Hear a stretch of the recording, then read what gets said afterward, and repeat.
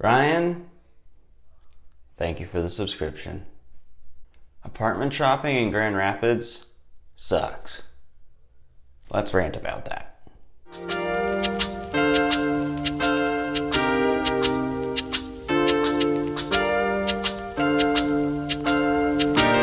So yeah, apartment shopping in Grand Rapids. Not an easy task.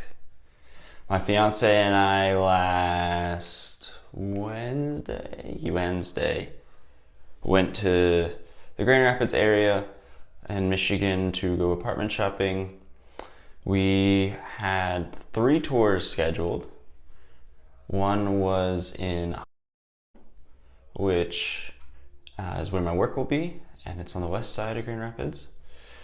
And that one was more of a apartment house type deal where top floor was somebody who would be the bottom floor. The second location was an apartment complex which is a suburb of Grand Rapids. The big classic apartment complex with the pool and the tennis courts and everything. And then the third tour was going to be, actually there were 4. The third one was going to be a multi-family house, duplex type thing, except there was 4 different apartments within the house. And then the 4th apartment was an apartment complex as well, but that one didn't have any of the fun frills. It was just an apartment. So I had made all these calls ahead of time. I made sure that there was proper spacing between each one so that we could have time for lunch, and if things went longer, we could have room in the schedule to spare. And so we go to the first location, the house and that was, because of the COVID, they weren't going to give us an in-person tour at this place. So they said, we're going to text you a code, use the code to then get into the house. Perfect. Get texted the code, we go to the house, and there's a little lockbox on the door handle. So we type in the code, it opens up a key. The key only works for the deadbolt, but not the door handle. So we fiddle with it. It's definitely not for the door handle, and the door handle is locked. So we cannot get into this house. We call the landlord of this house, doesn't answer. So first place was a bust. We can't even get inside this to view it. So, well, we'll go get lunch. We get lunch at Cracker Barrel, one of the best chain restaurants out there, and best bang for your buck, I'll add. And we had a glorious, wonderful lunch at Cracker Barrel, and then we had to wait around a while because the second location, the apartment complex with the tennis court and everything else, called and said, yeah, so I see on the schedule that you're supposed to tour. I just wanted to let you know that the apartment that you were interested in has just been rented out. But you can still come and tour if you want, but you can't rent it. It's like, yeah, I'm good. So that's 2 out of 4 that were busts. Finally, it comes around to time to tour the third location, the multifamily house, and we drive into the neighborhood, and it's fine. It's lower middle class, which is what we will be. And the problem is this particular road is a little more sketchy than the other ones. We pull up to what we believe to be the house. What the pictures on the online profile had this particular house on it. So we drive up to that house, and there's 2 men. It's 2 o'clock maybe on a Wednesday, and there's 2 men in their 30s just drinking beer in the front yard. Like, okay, all right. I mean, maybe they work nights. This is their time off. I don't know.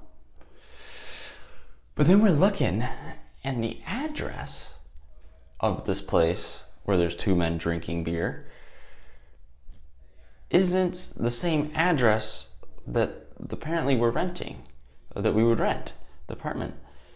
But it's the same house that the pictures were taken of on the online profile. So then we go to the actual address, which is just like across the street, and we're looking, and we're like, I don't know if the landlord's here or not. I have no idea. And then all of a sudden it's really awkward because this is also a multifamily house. They're all like that along this street. And somebody pulls into the driveway. And we're like, oh, this is really awkward. We're just in their front yard, basically. And then a sweet lady gets out of her car and comes over to us and could very much tell that we did not fit into this neighborhood. I made the poor decision to wear like quite preppy clothes that day. Why? I don't know. It was a nice day. I felt like it. I was feeling preppy. So I had like some like Bermuda shorts on, and I had a collared polo shirt and aviator glasses, and I did not fit into this neighborhood, which was definitely lower class. Pardon me. Sorry about that. So, oh wait, is there another? That's always the worst when you never know if there's another. I don't think so. I think we're good.